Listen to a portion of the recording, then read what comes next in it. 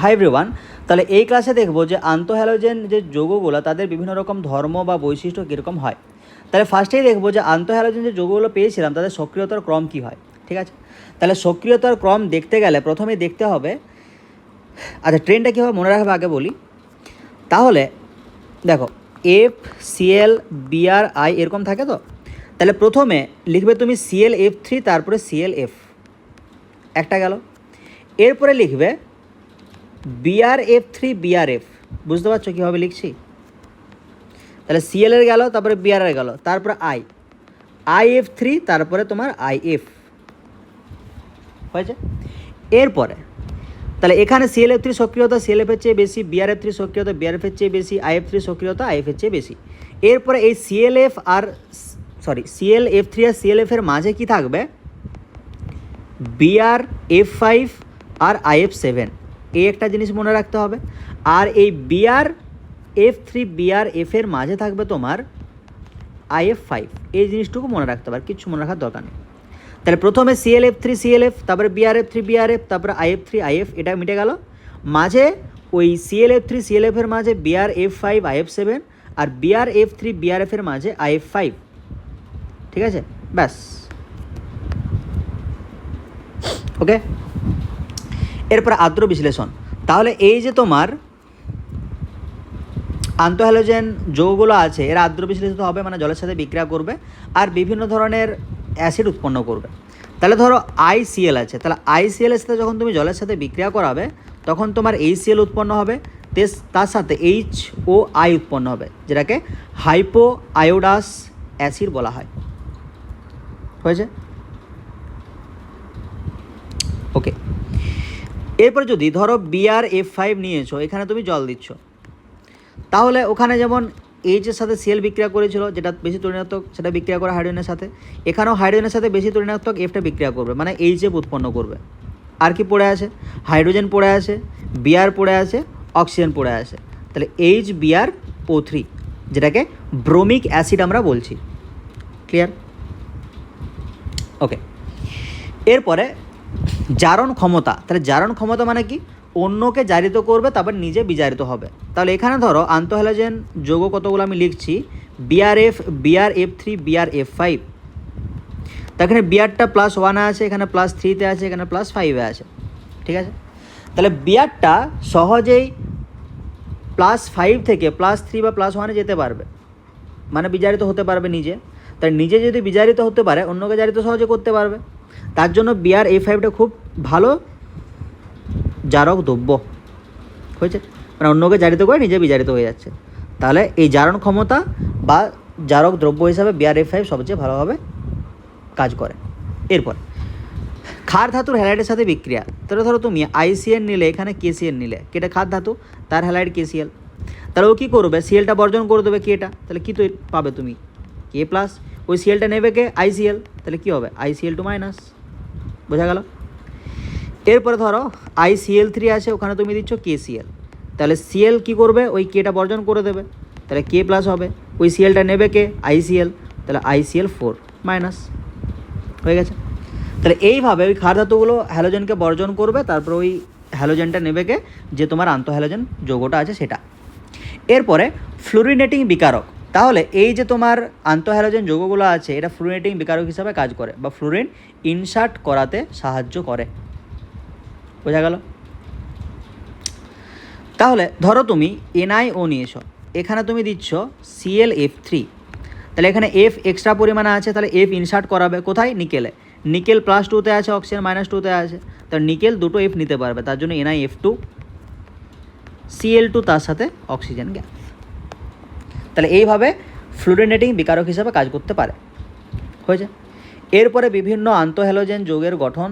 তাহলে যেগুলো দুটো হ্যালোজেন থাকবে তাদের গঠন হবে তোমার লিনিয়ার বা সরলরৈখিক, মানে ধরো আইসিএল দুটো হ্যালোজেন আছে, আইবিআর দুটো হ্যালোজেন আছে, সিএলএফ দুটো হ্যালোজেন আছে, বিআরএফ দুটো হ্যালোজেন আছে, এগুলো সব হবে লিনিয়ার।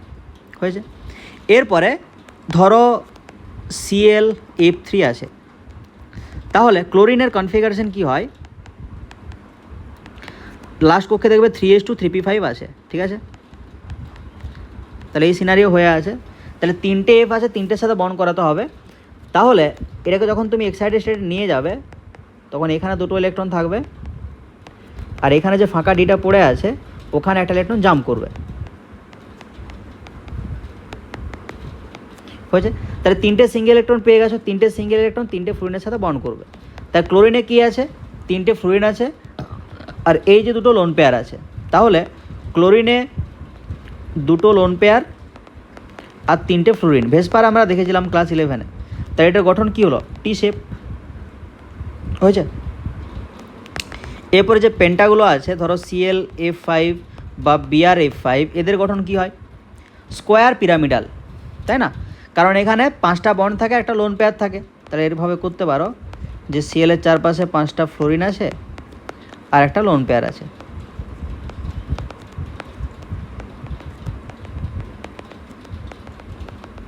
হয়েছে? তাহলে এটা স্কোয়ার পিরামিডাল হয়। এরপরে যদি তোমাদের সমস্যা হয় স্ট্রাকচারগুলো করতে, বা 11-এ যদি এগুলো ভুলে গেছো তাহলে বলবে, আমি করিয়ে দেবো, ঠিক আছে? আচ্ছা, ধরো এরপরে IF7 এর গঠন করছি। তাহলে কি হয়? একটা হ্যালোজেন আছে, এর চারপাশে 7টা ফ্লুরিন আছে। তো এটা কী স্ট্রাকচার বলেছিলাম? পেন্টাগোনাল, মানে পঞ্চকোণীয় দ্বি পিরামিডীয়। এটা পঞ্চকোণ, উপর দিকে একটা ফ্লুরিন, নিচে দিকে একটা ফ্লুরিন, দুটো পিরামিডের মতো স্ট্রাকচার গঠন করছে। হয়েছে? ওকে, এরপরে পলিহ্যালাইড আয়ন। তাহলে পলিহ্যালাইড আয়ন মানে কি? যখন তোমার হ্যালোজেনের সাথে বা আন্তঃহ্যালোজেনের সাথে বিভিন্ন হ্যালাইড আয়ন যুক্ত হবে তখন সেগুলোকে বলা হয় পলিহ্যালাইড আয়ন। তাহলে ধরো তোমার কাছে ICl আছে, এখানে তুমি একটা Cl মাইনাস যুক্ত করলে কী তৈরি হবে? ICl2 minus. তো এটাকে বলা হয় পলিহ্যালাইড আয়ন, ঠিক আছে? এরপরে ফ্লুরিন পলিহ্যালাইড আয়ন গঠন করে না। ফ্লুরিন পলিহ্যালাইড আয়ন কেন গঠন করে না? কারণ ওখানে ফাঁকাটি থাকে না। এরকম লিখে রাখবে যে ফ্লুরিন পলিহ্যালাইড আয়ন গঠন করে না। কারণ কি না? ডি অরবিটাল থাকে না। তা ডি অরবিটাল না থাকলে কোনো হ্যালোজেন যদি আসে ও ইলেকট্রন রাখবে কোথায়? তার জন্য করে না, ঠিক আছে? ওকে, এরপরে দুটো জিনিস আছে। একটা হচ্ছে তোমার সিউডো হ্যালাইড বা ছদ্ম হ্যালাইড। ছদ্ম হ্যালাইডটা কি? তাহলে যখন নাইট্রোজেন সমন্বিত অন্যান্য কোনো তড়িৎ-ঋণাত্মক পরমাণু দ্বারা কোনো হ্যালাইড গঠিত হবে বা হ্যালাইড আয়নের মতো কোনো তুমি আয়ন পাবে, সেটাকে বলা হয় সিউডো হ্যালাইড। তাহলে কি বলবে? যে নাইট্রোজেন সমন্বিত অন্যান্য তড়িৎ ঋণাত্মক পরমাণু দ্বারা গঠিত যেসব আয়নের ধর্ম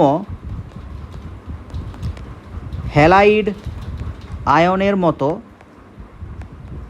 তাদের সিউডো হ্যালাইড বলে। হয়েছে? যেমন Cn minus, HCN minus, OCN minus.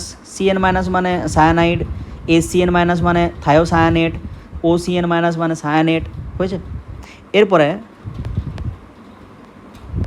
Pseudo halogen. তাহলে সিউডো হ্যালোজেন মানে কি? ওই যে সিউডো হ্যালাইডগুলো পেলাম ওদের ডাইমার। তাহলে সিউডো হ্যালাইডগুলো ডাইমারকে তোমার সিউডো হ্যালোজেন বলছে।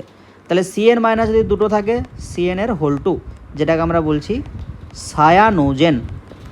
আচ্ছা, HCN যদি দুটো থাকে, HCN এর হোল 2, এটা কি বলবো?